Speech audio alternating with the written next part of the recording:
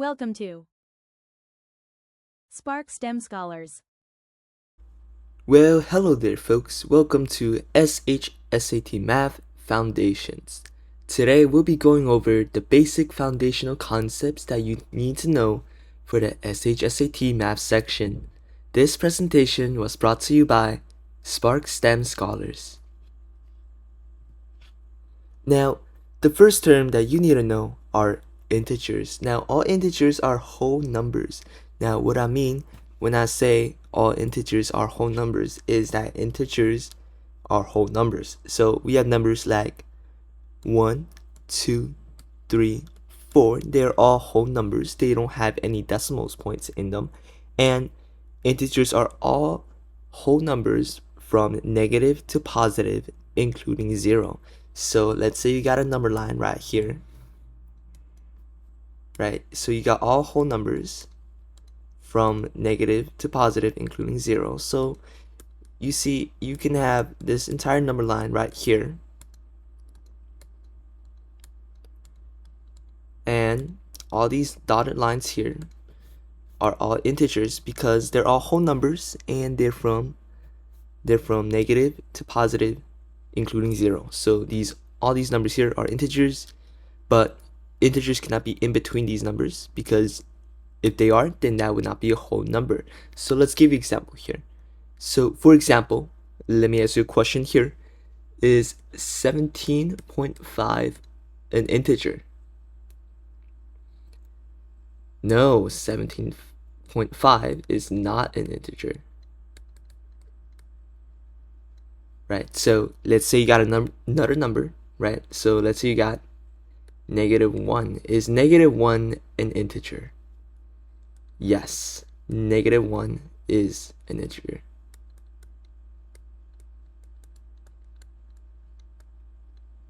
Alright, so the next term that you need to know are fractions. Now, fractions are a part over whole. Now, let's say the top part of a fraction will be up the part, and the bottom part will be the whole. And this could be better rewritten as the top part being more known mathematically as the numerator,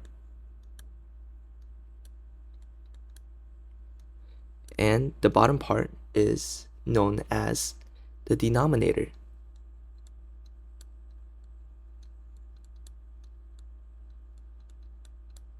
So, when dealing with fractions, the top part, or the numerator, shows how many parts are present, while the bottom number, the denominator, indicates how many parts the whole is divided into. So let's say you have a fraction 3/8. So 3/8, it tells you that there are 3 parts to the whole 8. And a way to visualize that would be, let's say you draw a circle here, right? Hold up. It's kind of a bad circle right there. Let me try again. So let's say you draw a circle, right? So let's see, you have 3/8. In that case, you will have a fraction or like a circle that kind of looks like this. Now 3/8. Now notice how there are eight like pieces of this circle right here. Right, there's 8 pieces of this circle right here. This would be the denominator, the whole, right? And the 3 on the top indicates how many pieces are a part of it.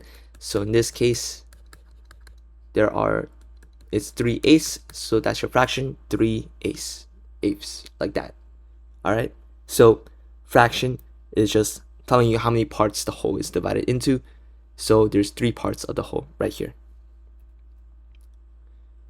All right, so that is a general overview of fractions. The next term that you need to know for the SHSAT is a reciprocal.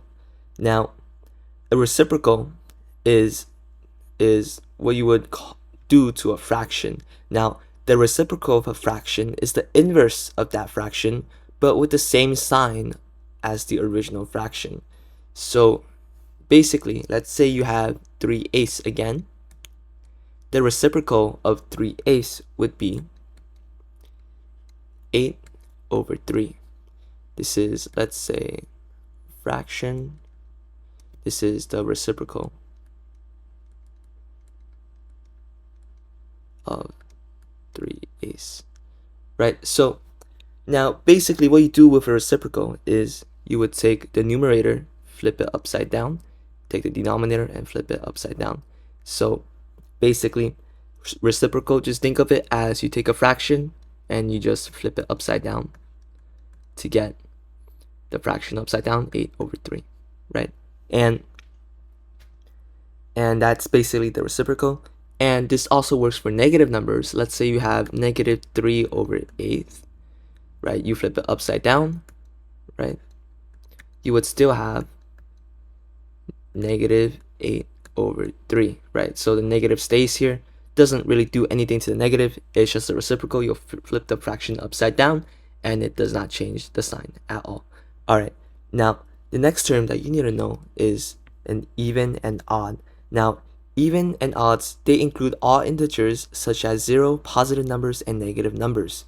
So the definition of an even number is a number divisible by 2.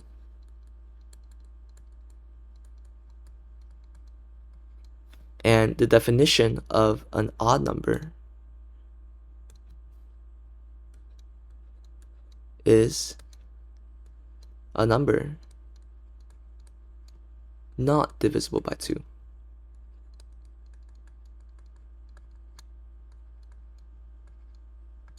So when you're deciding whether a number is even or odd, let's say you have a random number. I'll give you, let's say, 38. Now you can decide that whether that number is even or odd by simply determining if it is even or odd by dividing the number by 2. So you'll take the number 38 and divide it by 2, and simply you'll get, by doing just simple division, you'll get 19, and there's no remainders, which means that 38 is divisible by 2. Therefore, 38 is even. Now, another way you can look at this is you just only look at the last digit of the number, and you ask yourself, is the last digit of the number divisible by 2? So let me give you another example here. Let's say, one second. So let's say there's a very big number.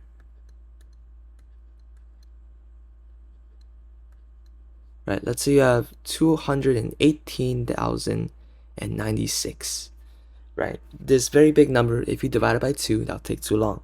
But what you can do is you can take the last digit right here. Right, this is a whole number. Take this digit and ask, is 6 divisible by 2?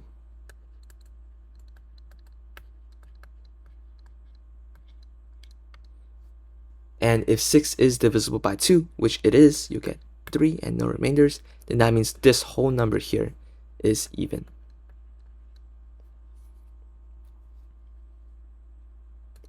And as for odd numbers are numbers that are not divisible by 2. So let's say you have a number like 17. You look at the last digit, 7, and you try and divide it by 2, but you would get 3.5. And since the quotient is not a whole number, 17 would be odd because it is not divisible by 2.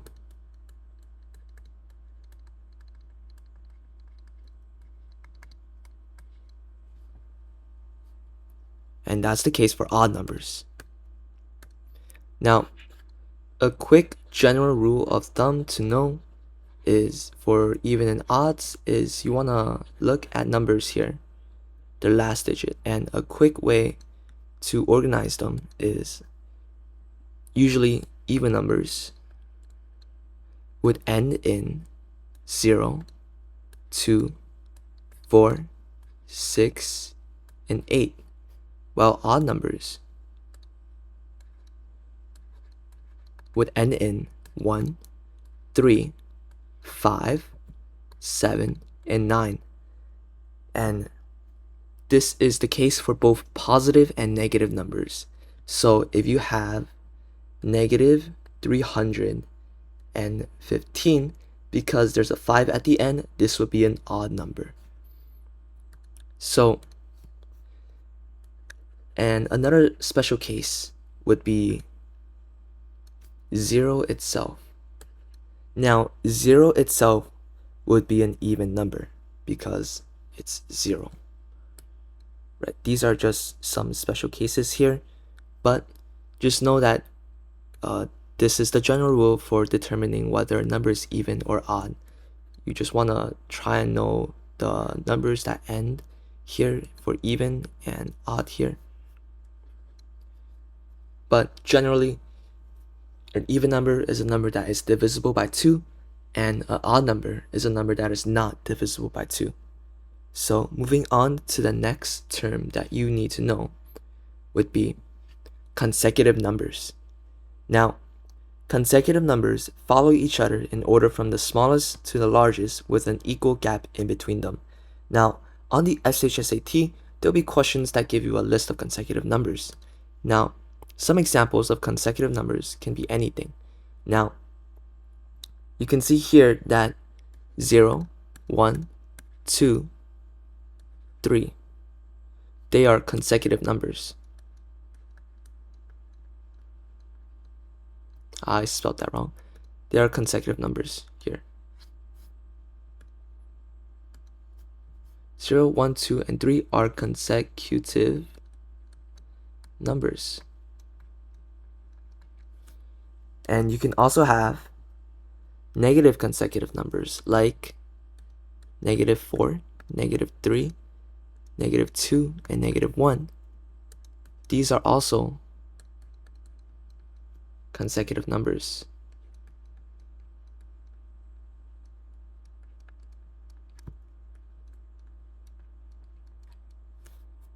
And do understand that there can also be greater gaps rather than adding 1. Now, consecutive numbers are ordered from least to greatest.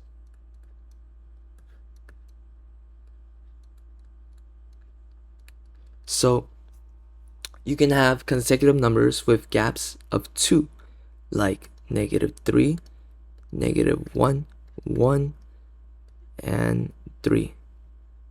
This would also be consecutive numbers.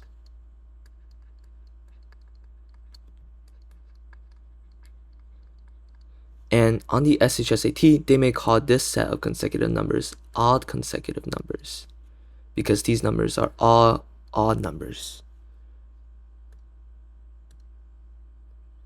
And I'll give you an example of even consecutive numbers as well. On the SHSAT, they like to give you odd or even consecutive numbers, like let's say you have 22, 24, 26, 28. This would be a list of even consecutive numbers.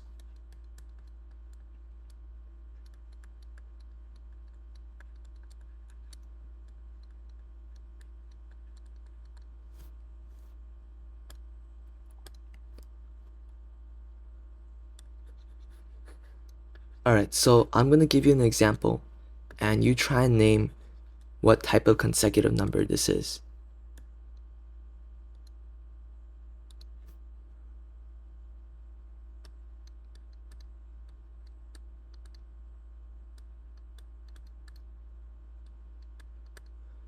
What would you call this type of consecutive numbers? Take a second. If you said odd consecutive numbers,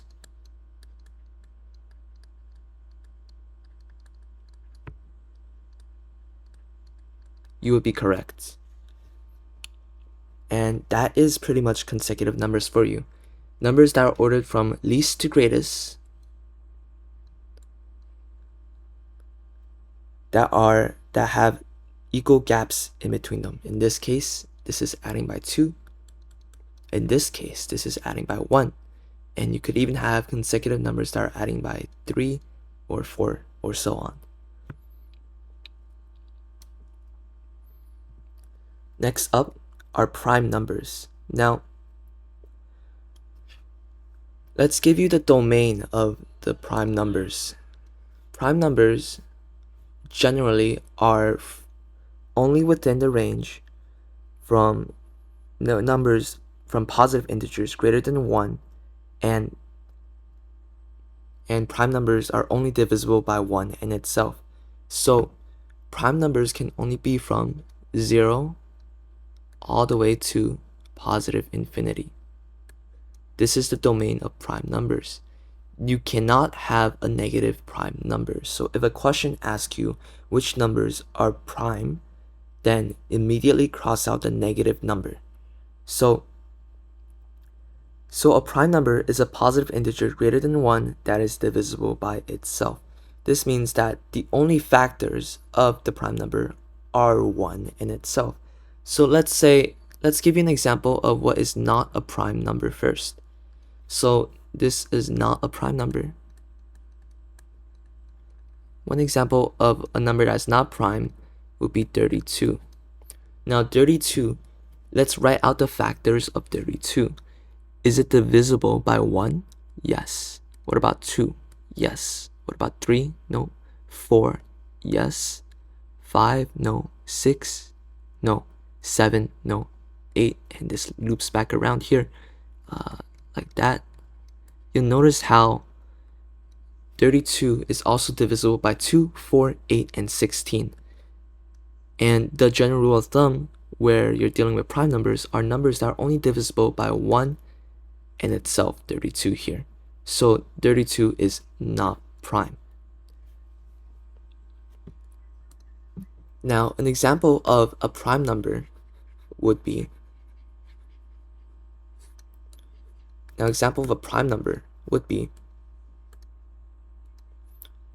31. Now 31 is only divisible by 1 and 31. This makes 31 prime.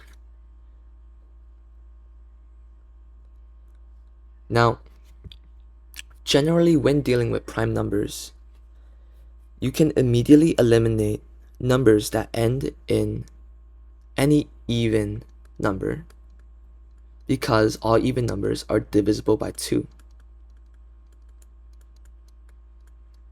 So all even numbers are not prime. All evens are not prime. You can also cross out any numbers that end in, well, generally this is one main rule you can follow. But there are some special cases and you can look into whether there are other factors of that number. So let's give you a practice example right here. Now let's say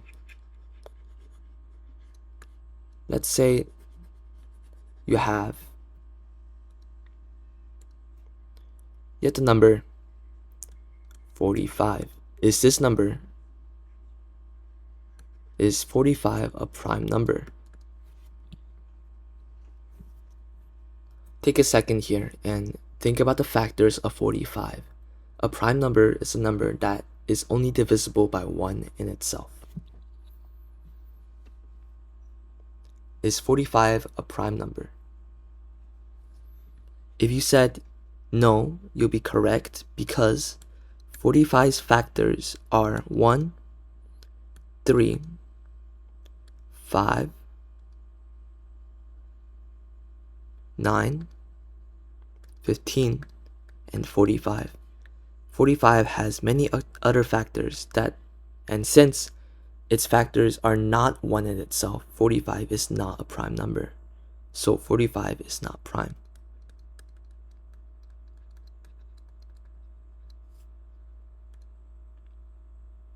Let me give you another example.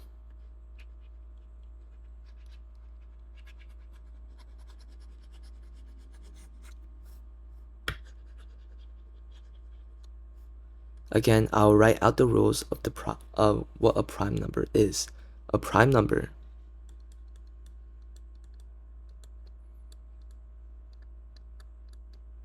is a number is a positive integer.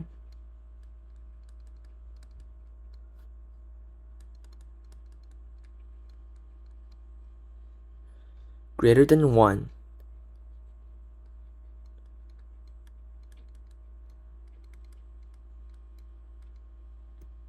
that is divisible by only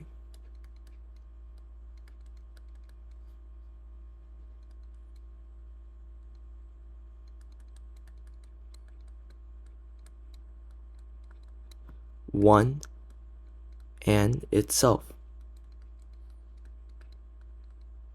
So let's give you another number here. Let's say you have the number 51. Is 51 prime?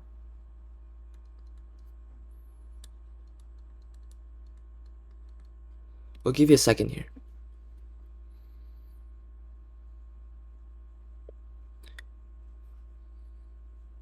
If you said no, you'll be correct, because 51's factors are only 1 in itself, 51.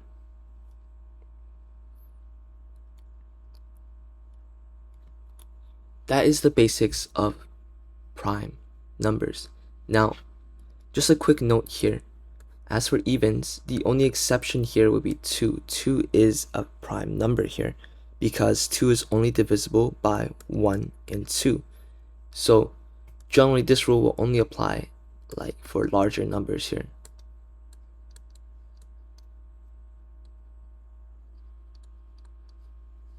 But do know that 2 is prime, which is an exception to this rule.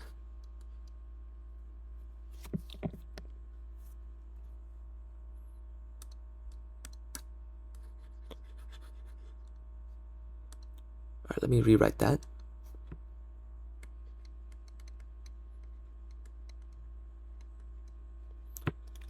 That is the basics of prime numbers. Now next would be a set. Now a set is just simply a collection of distinct elements. So you can have a set that says 1, 3, 5, 7, and 9. This would be a set. And the example of the elements in the set would be odd numbers. This is kind of like consecutive numbers, but they don't necessarily have to be consecutive because the distance between them can be different, because you can have different sets like let's say you can have 1, 4, 9, 16, and 25. This would be another set. In this case, this set would be like x squared numbers, right? Now, just note that sets are just simply numbers or a list of numbers with distinct elements.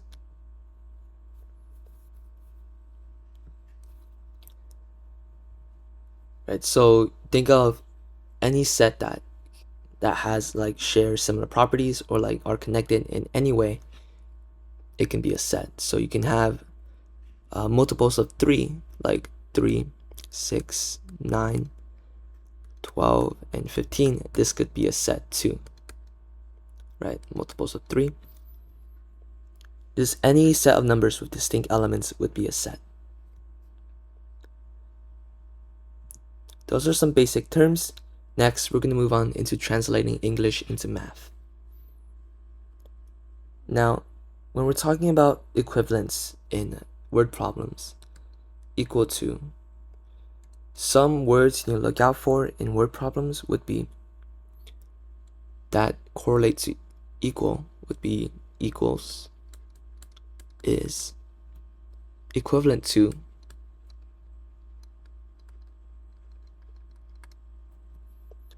was, oh my god,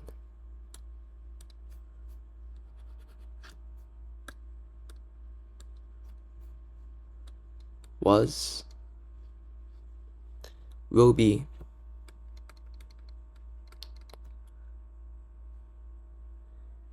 cost,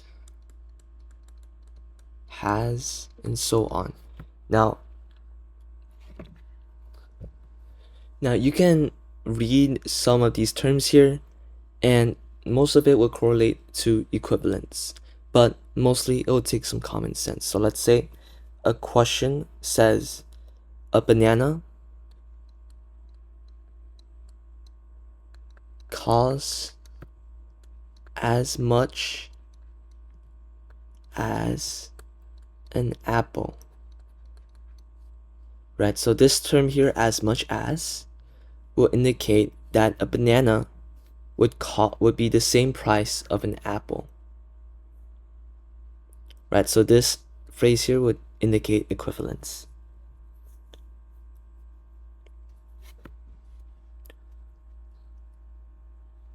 Now just look out for these phrases when you're reading word problems, as they can help you determine values of certain types of variables when you're looking at these word problems.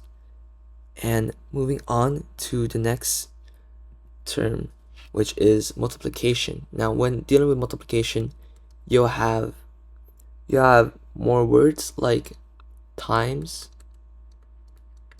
of, multiplied by,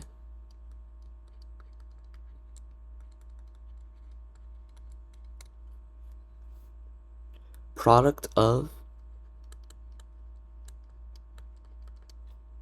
twice, double,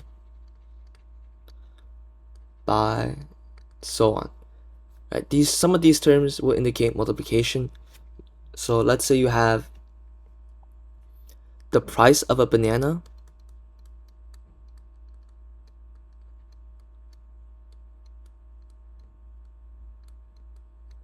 is, you can put the price of a banana is 3 times the price of an apple.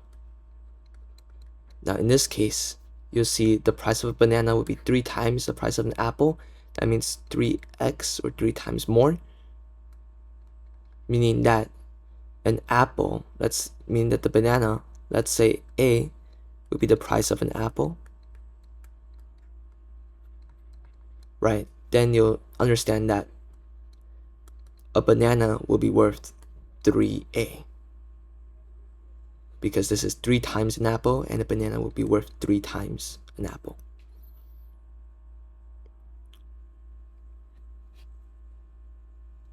These are just some terms that indicate multiplication. Next would be division. For division, there'll be terms like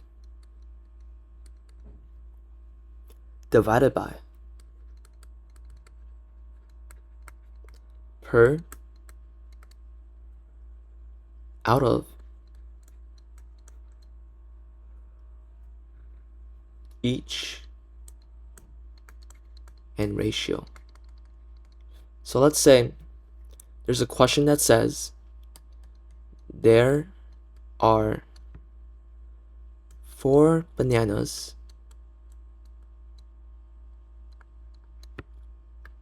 per 2 apples,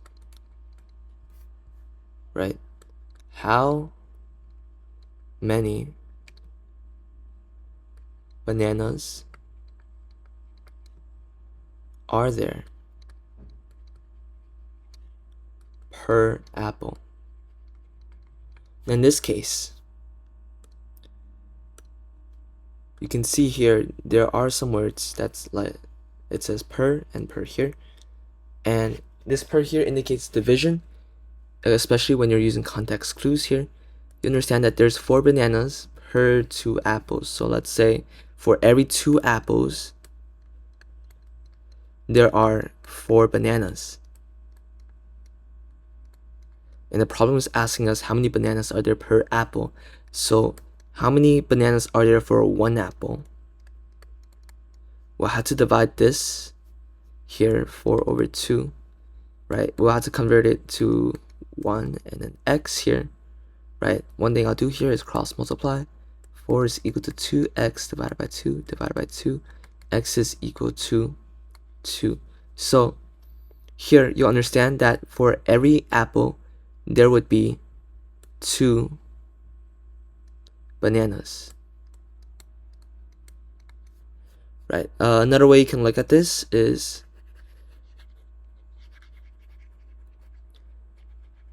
since the question asks you how many bananas are there per apple, what do you need to do to get from 2 apples to 1 apple? You divide by 2. So you get 1 apple. And you also divide by 2 up here to get 2 bananas, which would be your answer. These are just some words that indicate division. Now, the next symbol we're going to be going over would be addition. Now for addition, you have terms like plus, added to, and sum of,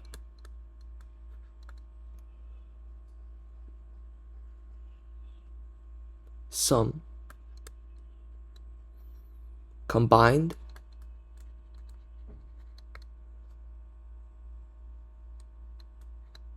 total, and so on. So just to give you an example, there can be a question that asks you, right? There can be a question that asks you, Sam bought 3 bananas and 4 apples, right? How many fruits did they buy in total? Right, so this here in total would signify addition, so you would simply look at how many fruits were there. 3 plus 4 is equal to 7. Your answer would be 7.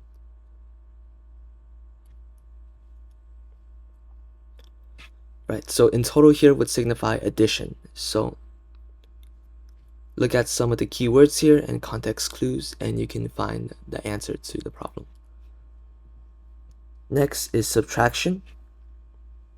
For subtraction, words that represent subtraction would be words like minus,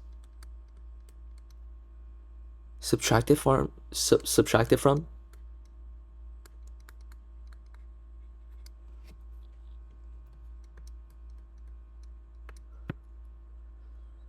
smaller than, less than,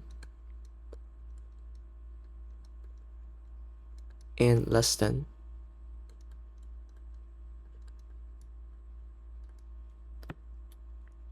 Fewer, decreased by, difference between,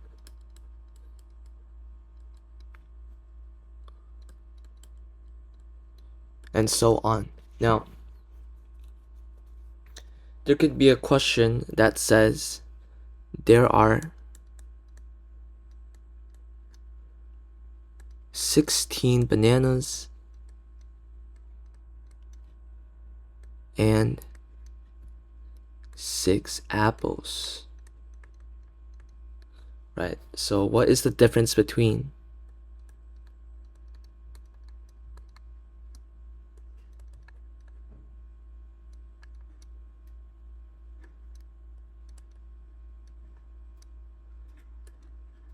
The number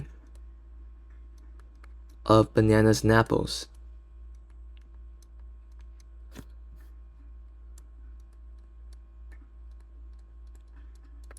Now, in this case, the phrase difference between would signify subtraction. So you would take 16 minus 6, which would be 10, and you'll have your answer right there. Now, these are just some words that indicate subtraction. And one more thing we're going to go over would be variables. Now, these variables will represent an unknown number within the problem. right? So words like a number, how much, how many, what, and basically any like word that represent or any like variable the problem gives you that it doesn't give you a specific value to. Let's say there are a number of bananas, right? In this case, a number of, you don't know how many bananas are there, so you know that there are X bananas, where X would be the number of bananas here, right? You can set variables to any number that are unknown that the problem gives you. This is a general overview of variables and in word problems and what words identify or mean a variable. Next up, we're going to be going over pandas. Now, pandas is a really important concept to know on the SHSAT. Now, pandas is the acronym for the order of operations, which is the order in which you must do mathematically to get the question correct. So it'll help you with your mathematical calculations and in what order to do them. And when you do when you do pandas is an acronym for parentheses,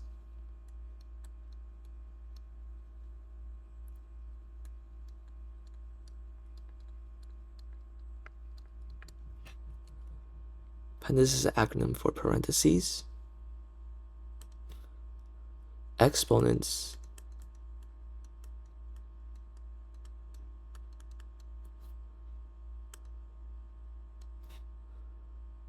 alright, then I would like to group multiplication and division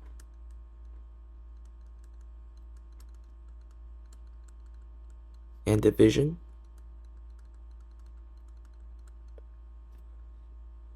and then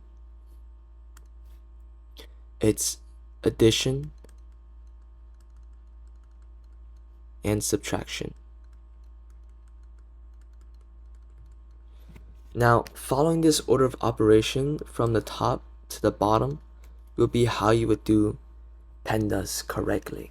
Now, let's give you an example of pandas. So, let's say a question asked you, let's say there was an expression which is 5 minus 3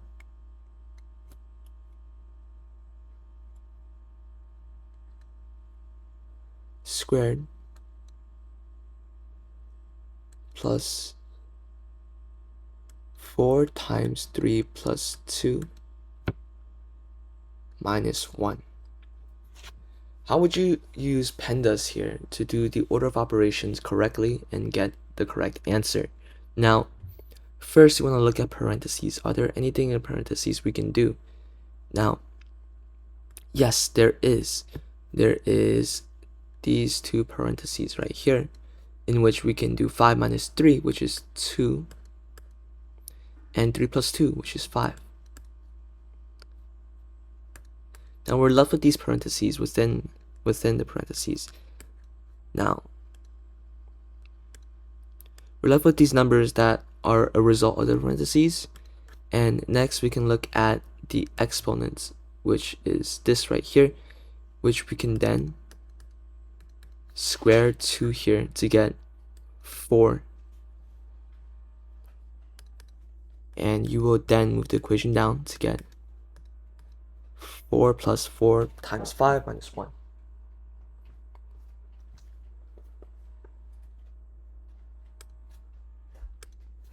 After you've done your exponents, you'll then look at multiplication and division from left to right.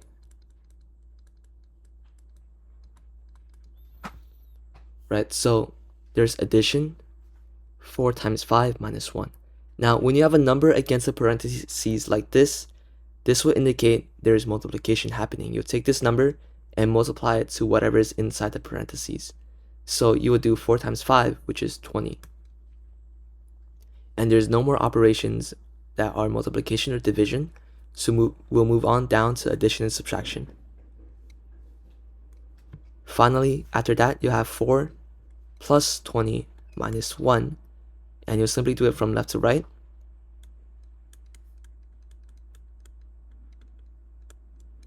So you have 4 plus 20, which will be 24, minus 1, you'll get 23 as your answer. So this is basically how you would do pandas. We have a video explaining this more in depth on the channel. Please check that out. But basically, this is how you would do pandas. Alright, so let's give you another example. I'll leave the pandas on the left side of the screen so you can look at it while you do it.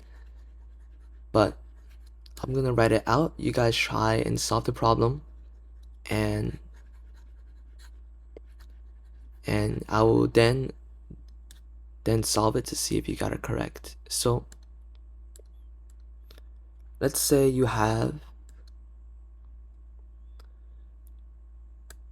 3 plus 12 minus 4 divided by 7 minus 5. Now let's see, take a second here and solve this question. You can pause the video, take out a piece of paper, and try and solve this question using pandas.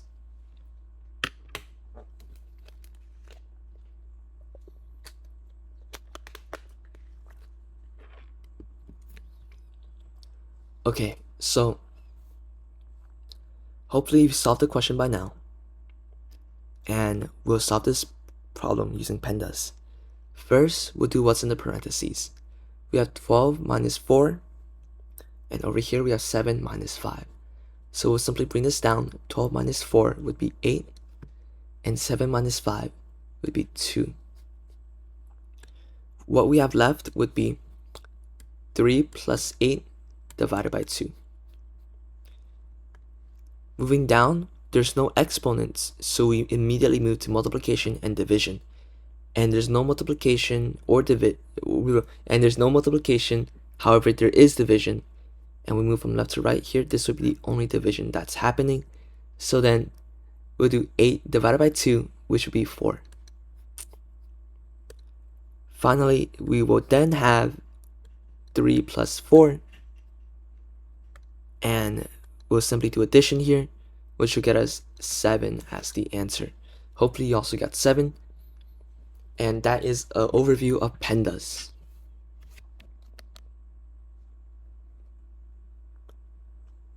Moving on, we'll be talking about multiplication rules of positive and negative numbers. Now, whenever you're multiplying and there are positive or negative numbers, I'll try and help you here. When you have a positive number multiplied by another positive number, you'll get a positive number. I'll try and write this out here.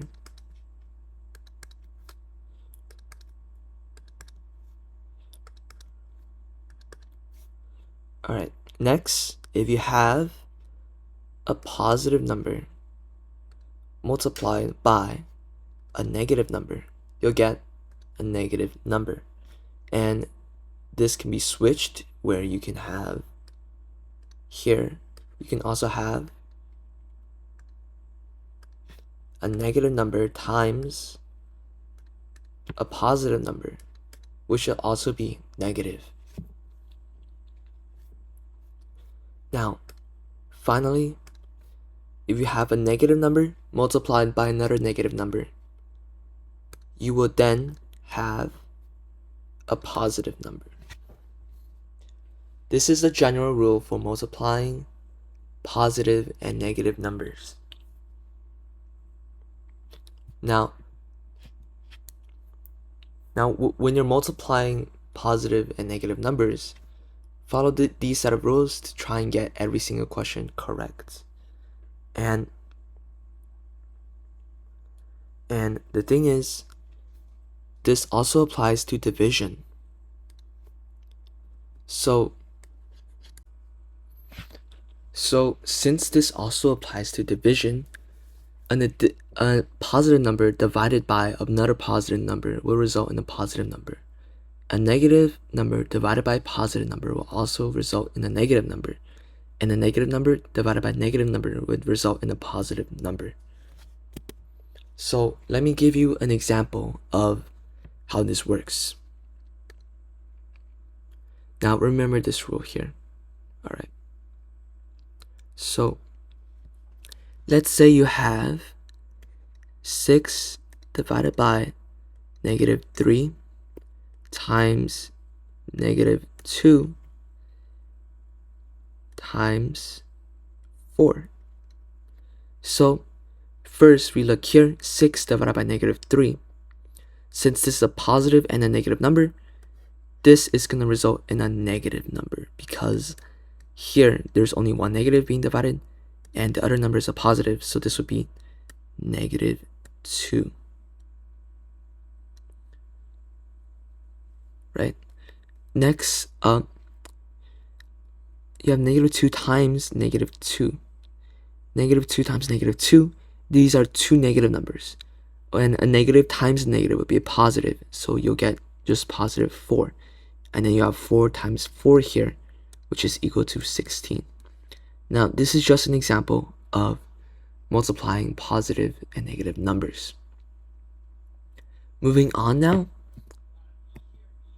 adding positive and negative numbers, there are 2 rules you need to know. Now, the first rule would be when you are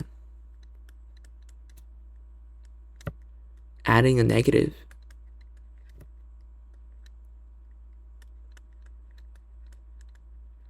you're subtracting.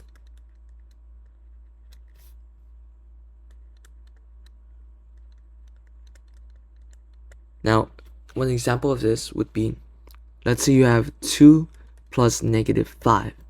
This will turn into 2 minus 5 because you have a positive number and you are making it more negative by adding negative 5. So you then get 2 minus 5, which is equal to negative 3. Now the second rule you need to know is when you are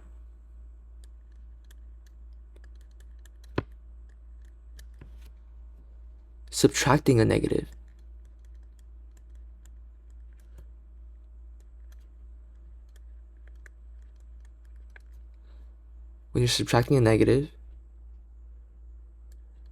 you are adding, right? So this example here would be 2 minus negative 5, which would just simply be 2 plus 5, which is 7. Now, one way you can understand this better would be, let's say you owe me 5 bananas, right? You owe me 5 bananas, but then I decide to subtract that debt away. Then you'll be up 5 bananas because you no longer owe me bananas, right? Does that make sense? So this is the example here where if you're subtracting a negative, you're adding. These are the 2 main rules when you're adding or subtracting positive and negative numbers here. But let's say you have instead the negative number in front. Let's say you have negative 5 plus 2. What do you do here? Well, you're making negative 5 more positive. So if you're making negative 5 more positive, you're moving it back towards the positive line and back towards 0. So you're subtracting 5 by 2 here. So you then get 3, negative 3. That will be your answer. Because 2, when you're adding negative 5 by 2, it won't make it completely positive because 2 is less than 5. So it will still be negative, but you just get negative 3. Alright, next up, these are the rules of adding and subtracting variables. So let's say you have a variable here. Let's say you have a variable that's called y. Now you can add another y to it to get 2y. Now another example would be, let's say you have another variable x. You can add 7x to it to get 8x. And finally, let's say you have a variable z, right? You can have 2z minus 5z to get negative 3z. These are all correct and valid ways of adding and subtracting variables.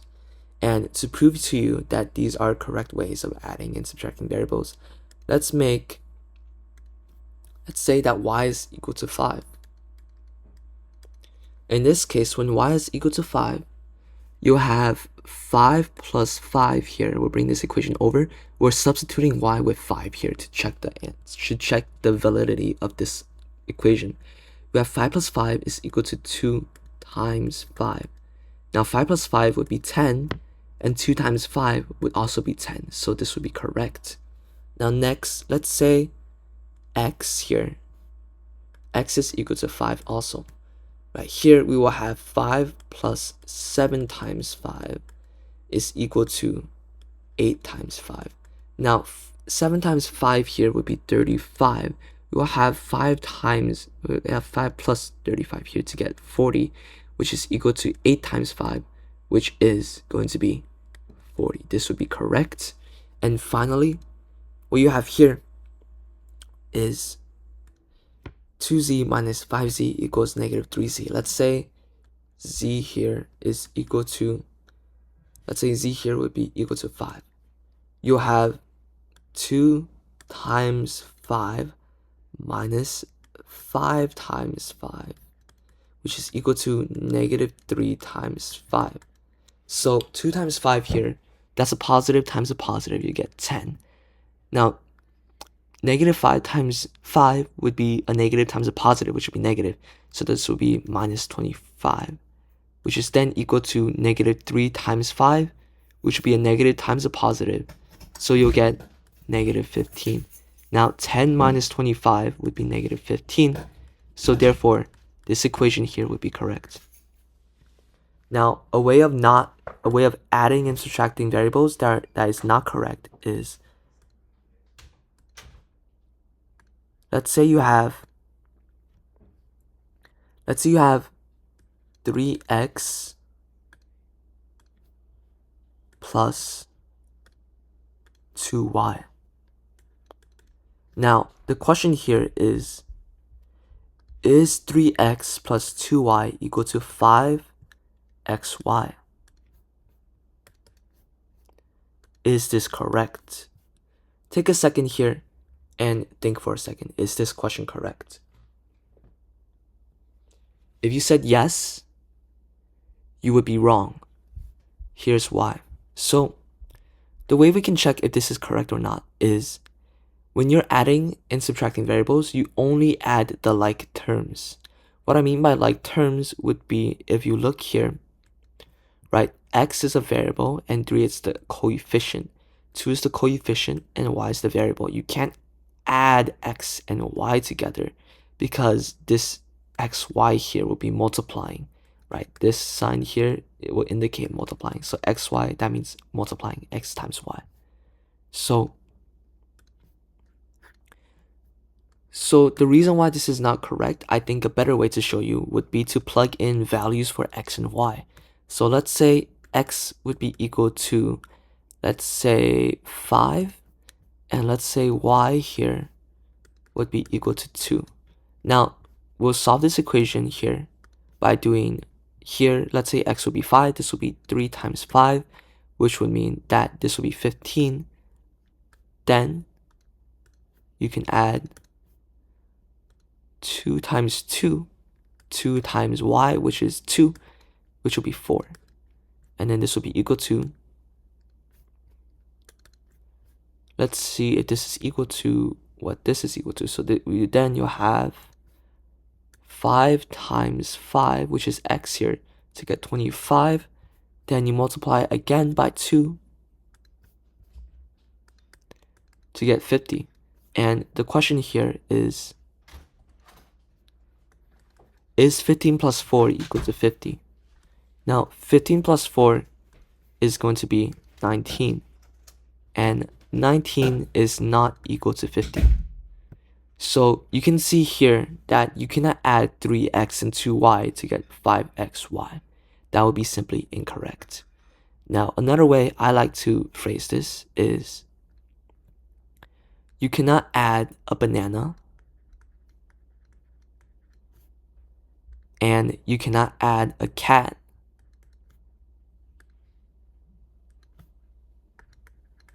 to get a banana cat.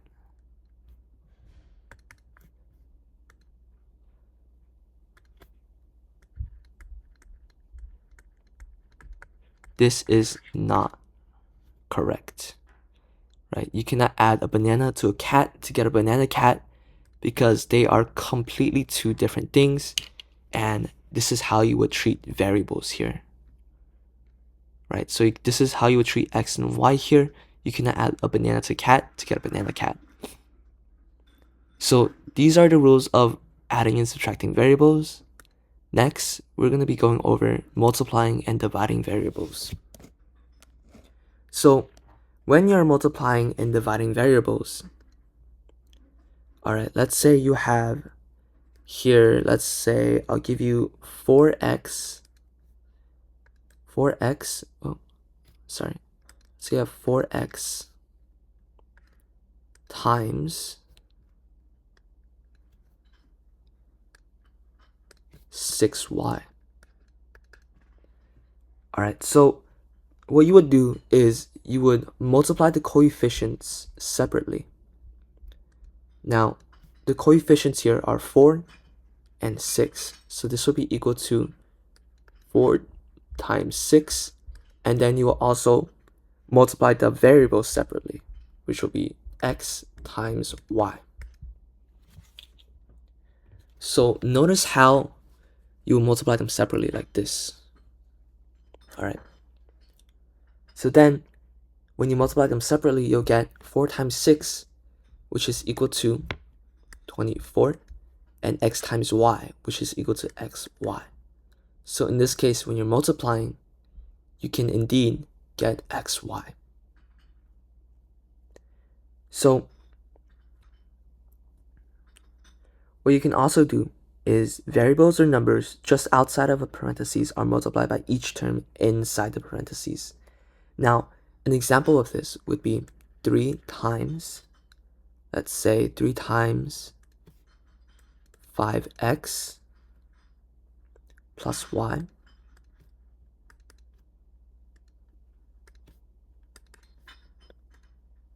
Now, when you have a number or variables outside of parentheses, you will then have to multiply everything inside the parentheses by that number. So as a result, you will get 15x because you multiplied 5 here by 3, and 15x plus here, since you're multiplying y by 3, you'll get 3y.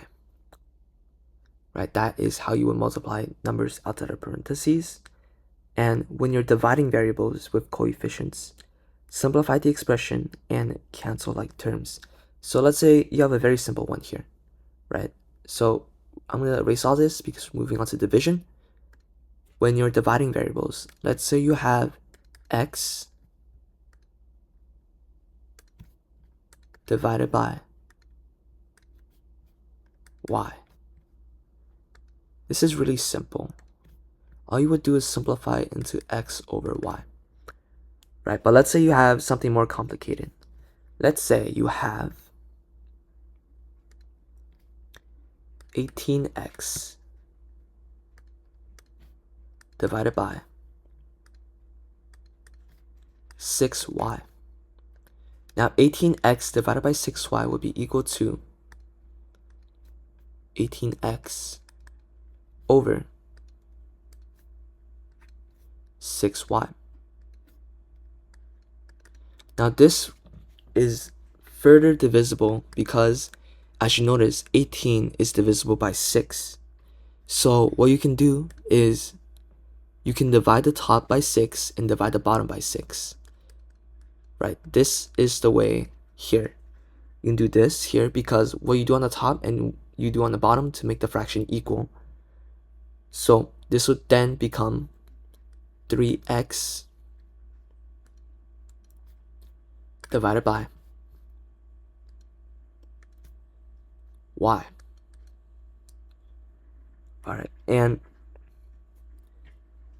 finally, the last rule you need to know is the same number of variable can be divided outside, can be divided out from every term and placed outside parentheses. So let's say here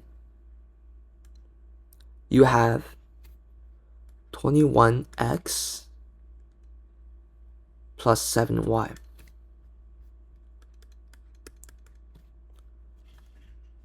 Alright, wait. Plus 7y.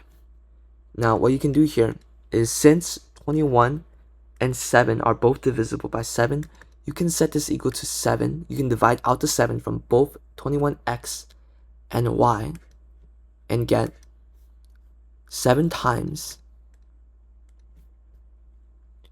3x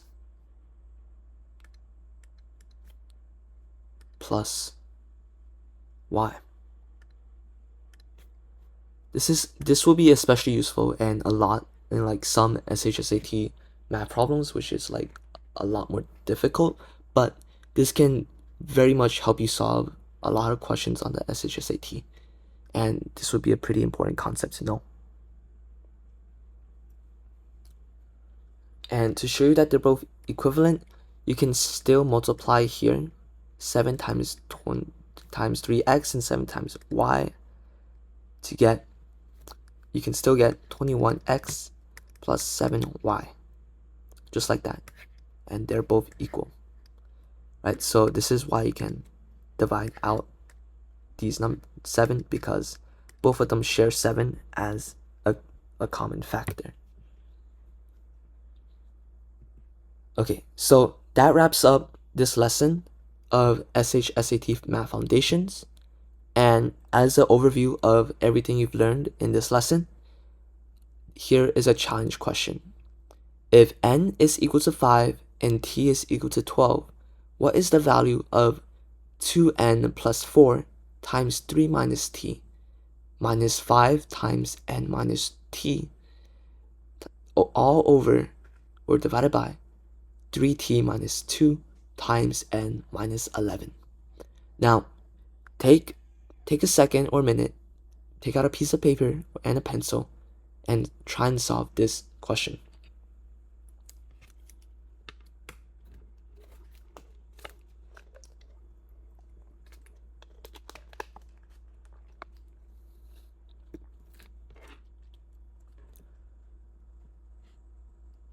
Okay, so hopefully you have solved the question by now. If not, pause the video and solve it. So first, there are two sections of this question, the numerator and the denominator. So let's solve the numerator first. 2n plus 4 times 3 minus t minus 5 n minus t. So the question tells us here that n is equal to 5 and t is equal to 3. Now t is equal to 12. So let's give n here a red color and t here a green color. Alright, so we can have 2n, 2 times 5 here, plus 4 times 3 minus t, or 3 minus 12,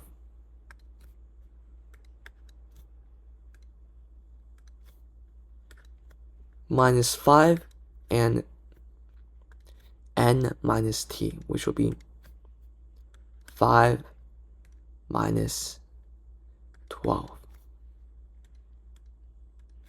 This will be all the variables on the top here. This 2 should be white, I'm sorry. Alright, so now solving this, we'll use pandas.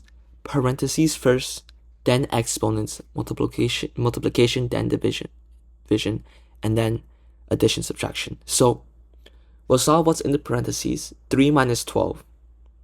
Now, here, 3, we're making it more negative by subtracting it. So when we make it more negative, since 12 is larger, it will be 12 minus 3, which will be 9. And since we're making it more negative, because 12 is the larger number, it will be negative 9. And here, in this parentheses, we're doing 5 minus 12. We're making it more negative here, because we're subtracting. And since 5 is larger than 5, and since 12 is larger than 5, it will be a negative number. So 12 minus 5 would be 7. And since 12 is larger than 5, and 12 is negative, it will be negative 7. So then we have this left of the equation. We can also quickly do 2 times 5 at the front here, because that still follows pandas. Then we'll have 10 plus 4 times negative 9 minus 5 times negative 7. So now we'll do what's next in pandas. I think I should have written out pandas on the side here. So pandas, P-E-M-D-A-S.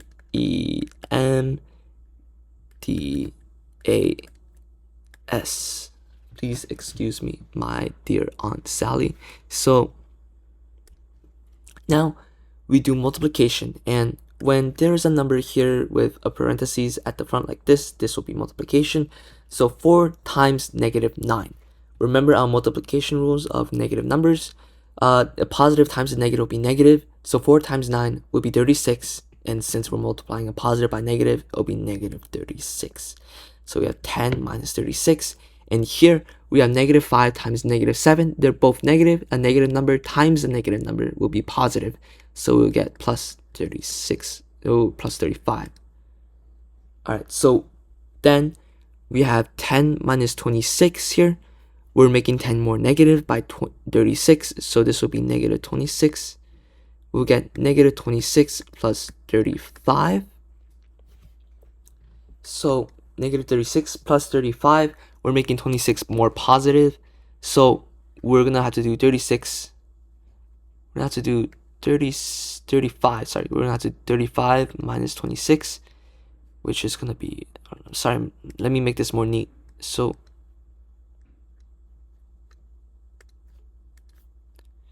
alright, so we have 35 minus 26 here, which is going to be, borrow the 10, that's going to be 9, 0, this is going to be positive 9. Right, so the numerator here, up here, this is equal to positive 9. Then we'll solve for the denominator, right? So we know from solving the top expression, it's going to be positive 9. Now the numerator is going to be 3t minus 2 times n minus 11. So simply we'll substitute t and n with their values. So 3t would be 36 because 3 times 12 would be 36. And in the parentheses, we'll get 5 minus 11 minus 2, right? So we'll get 5 minus 11. We're making 5 more negative. So it's going to be 11 minus 5, which will be 6. And since 11 is greater than 5 and negative, it'll be negative 6. That will be then 36 minus 2 times 6. Now, the thing is here, 2 is negative here. So you would do 36 plus negative 2 times negative 6. So negative 2 times negative 6 would be 12. It would be 36 plus 12. Now 36 plus 12 would be equal to 48. And therefore your answer here would be 9. Therefore, we just solved the bottom or the denominator for this expression.